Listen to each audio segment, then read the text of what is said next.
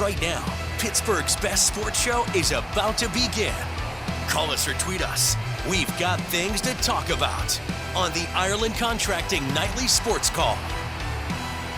All right, thanks a lot, ladies, and thank you for tuning in to the Ireland Contracting Nightly Sports Call. I'm Rich Walsh. I'll be joined by Chris Mueller in a matter of moments, and there he is right there, and we're talking Steelers, and I'm going to get right to it, Chris.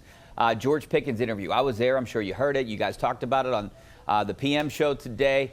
I don't know why someone doesn't tell him he's talking to fans. Even though he might not like us and like our line of questioning, he just needs to say the right thing, right? Say something that is not yes and no and negative all the time.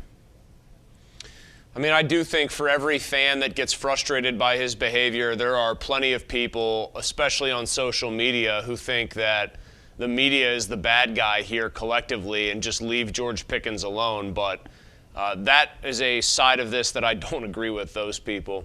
I think part of being a professional athlete, you get the big money, money most of us can't dream of. Not maybe Rich Walsh money, of course, but pomp. Money that most of us can't. Yeah, exactly. Oh, definitely not pomp money or Filipponi money, really, now that we're at it.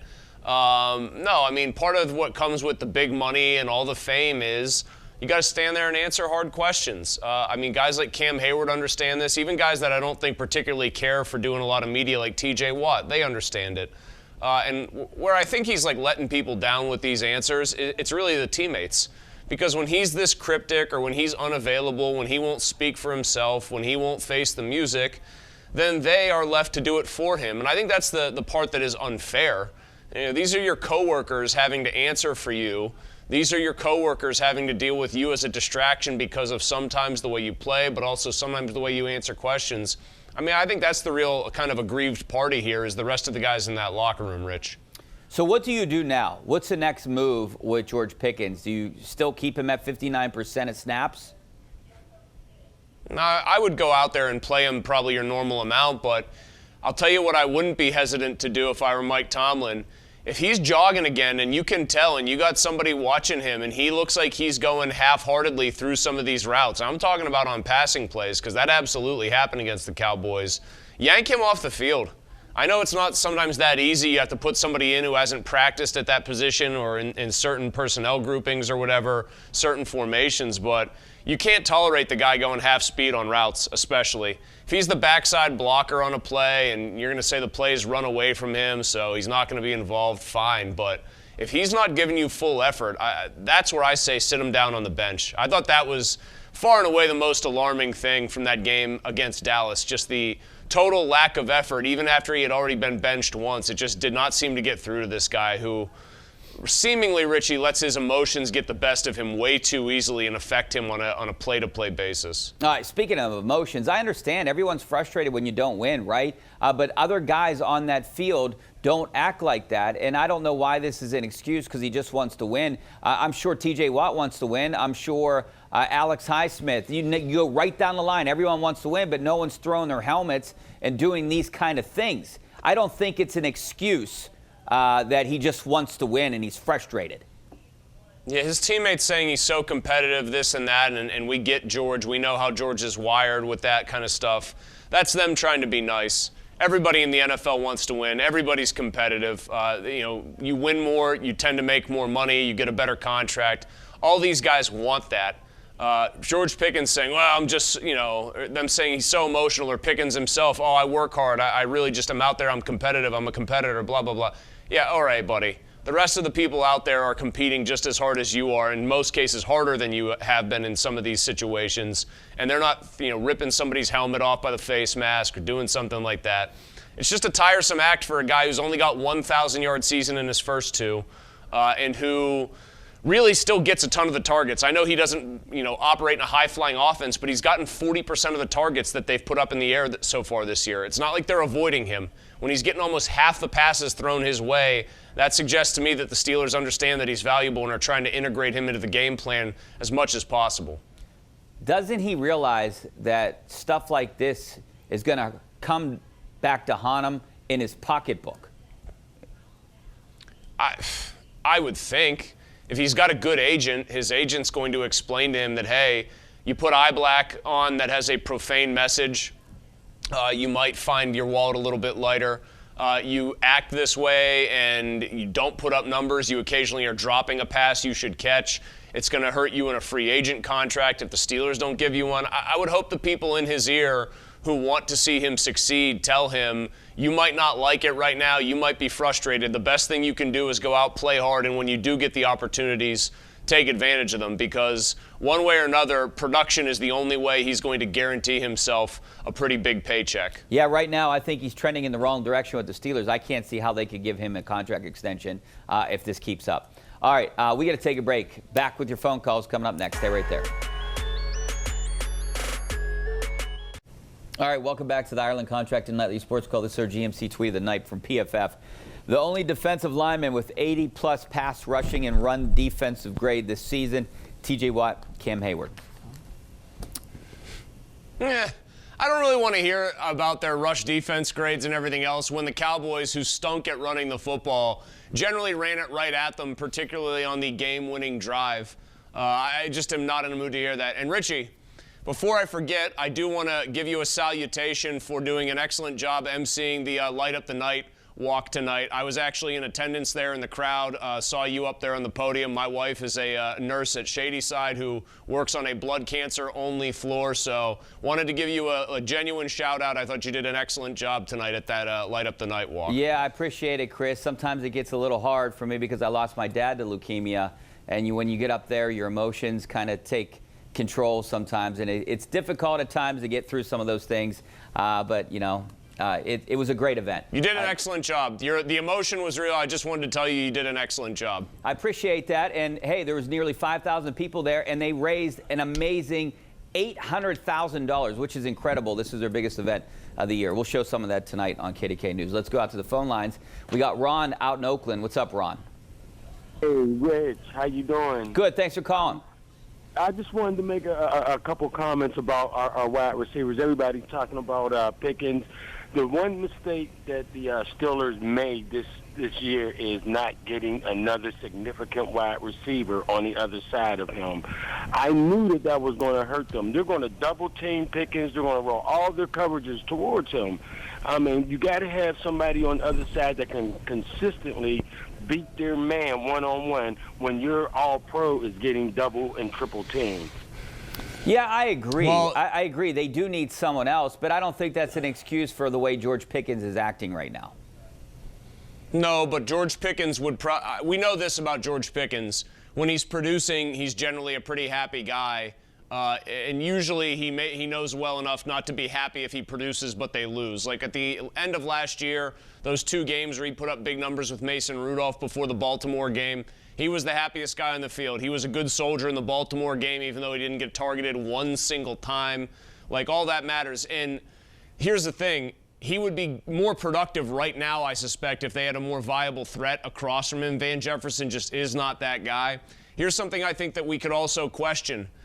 Jalen McMillan, a guy who's pretty much slotted in already as a wide receiver 2 type of guy, went after Roman Wilson in the draft. I think it's a little curious that when they lost Deontay Johnson, who generally played on the outside and was a true outside receiver, that they replaced him in the draft with a guy who can't even see the field right now because of the time he missed, even though he's been healthy for like 2 weeks, Rich. And he was always going to be a slot receiver anyway. I don't really like the way they went about that position. I think it was pretty cavalier. I think they really thought they were going to get Brandon Ayuk and that was going to solve their problems. And now they're holding the short end of the stick. Do you think they're going to make a play for someone out there? I know, who did you like? Slayton.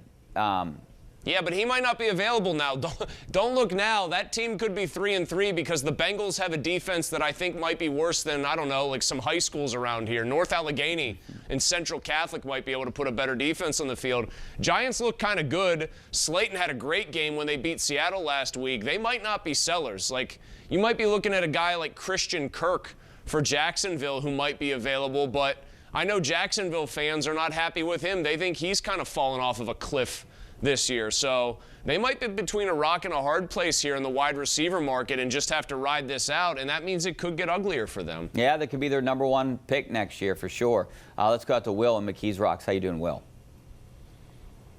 Hey, guys. How you doing tonight? Good. Thanks for calling. Thank you for taking my call, as always. I just had a question about the upcoming Raiders game. being the fact that we don't know what team is actually going to show up on Sunday, could this possibly be another trap game for the Steelers? You know what? I don't think so, Chris. I know, like, all of us picked the Steelers the last 2 weeks, and look what happened on our pregame show. They're really the kiss of death when we do that. But you know, the Raiders are a bad team. They've Aiden O'Connell starting. I mean, you would think that they would have played Gardner Minshew considering what he did to the Steelers last week. I don't think it's a trap game, especially the defense played okay. They had some communication breakdowns. But you know what? They came up with 3 huge turnovers, although this game could have been out of hand if they didn't come up with those. O'Connell's absolutely, I know you're going to think I'm nuts. O'Connell's absolutely a good enough quarterback to scare them or maybe even beat them. I mean, he had a 4-touchdown, no interception game last year, a pair of games where he threw 2 touchdowns and no picks.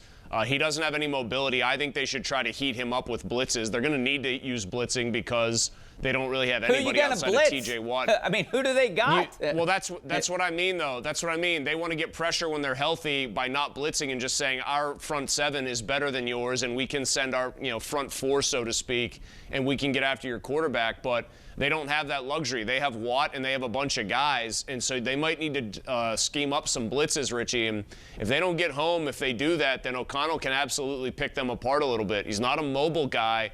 But he's got some throws in the arsenal. Like it's what a tradition of your Bruce Gradkowskis, your Terrell Pryors who have beaten them. I think Aiden O'Connell slots in there somewhere as somebody capable of doing it, as crazy as that sounds. Does Devontae Adams play? No, because they're waiting to trade him probably after this game. I think that the price coming down is going to make him a more viable option for certain teams. It's like $983,000 a week. The price comes down. I would be very surprised if Devontae Adams plays. In fact, I got to believe the Steelers would be surprised too. They could say they're planning for him, but I'd be shocked if he suits up. Maybe he comes home on the Steelers plane. We can only guess. I don't see that happening. I really don't. Yeah, let's go to Michael in Beaver Falls. How you doing, Michael? Richie, hey Chris, how you all doing tonight? Good, thanks for calling. Hey, I just want to let you know, I want to clarify one thing, Chris. I am not a liar. I'm just a true Steeler fan. I'm very optimistic, a true Steeler fan, and I hope no one... Give me a final score, Michael. Considers me a liar. Pardon me? Give me a final score. I know you're going to call in every week and you're going to pick them to win. I was just jagging you, saying you were a liar because it didn't turn out the way you said last week. But redeem yourself here. Give me a Steelers-Raiders score, Michael. That's what I want. Okay, we're going to win by 10 points, Chris. We're going to win by 10. I have 30-20, Richie. I'll take 30-20 if he says win by 10.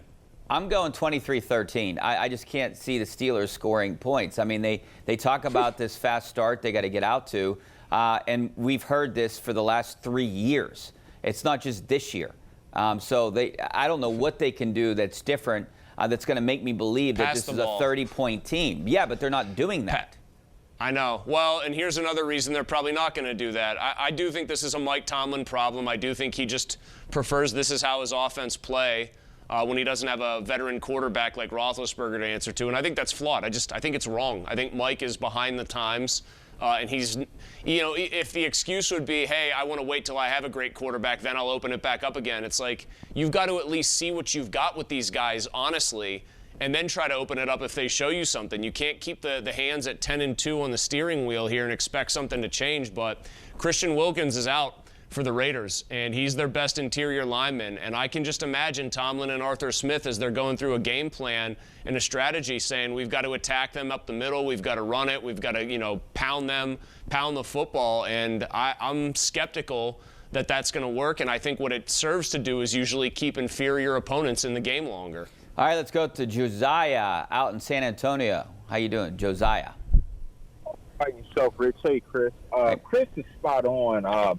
This offense, it just seems timid. They're afraid to make a mistake. They're afraid to take big shots down the field. And like Chris just mentioned, Tomlin seems like he's so passive, like he's afraid to play for a big play. He's always playing like he's timid. And I just wanted to say, too, real quick with George Pickens. I mean, this is a disaster. He has them over the barrel. He knows that we're thin at receiving core. So, of course, he's going to keep doing this. And I hate saying this, but I think they have to refine him after this year. I mean, what are they going to do, let him walk and be stuck with Roman Wilson and Van? Josiah, I totally disagree with you. I think the Steelers are in control here. I mean, they'll go out and draft another receiver, trade him for whatever. You can't have a guy like that in your locker room beyond this year. Richie, how are they in control in terms of the here and now? They need George Pickens badly for this team. I get the here and now, but they're in control in the long run here. I mean, they don't have to re-sign this guy. They can trade him. And I have a feeling like George Pickens is one of those guys that won't play next year unless he gets an extension. It's a powder keg with him. He definitely strikes me as somebody that would, if he comes back and has a good rest of the year, want to get something done. But then again, if he has a great rest of the season, puts up huge numbers and doesn't really cause any distractions, they would probably be happy to sign him for a real legit number, because then they would have figured that he proved his worth and he proved he could stay on the straight and narrow as far as not stepping out of line with his teammates or his coaches. They'd probably be happy to give him that money. Although, even as I say that out loud, the body of work so far and some of the distractions and things he's forced Tomlin to answer for as far as on-field behavior so far might make them a little bit hesitant to do that, actually, now that I think about it. It's 2 times a year. It'll be an interesting season. It'll be an interesting off-season for them if he ends up putting up numbers and he settles in and he seems happy, because they'd be inclined to give him an extension. But I think what he did to start his career would be in the backs of their minds, wondering how far away are outbursts like that again? Do we want to commit large amounts of guaranteed money to that guy? So far, 0 touchdowns, 310 yards, which ranks 18th in the NFL right now. All right, we got to take a break. Back in a couple minutes.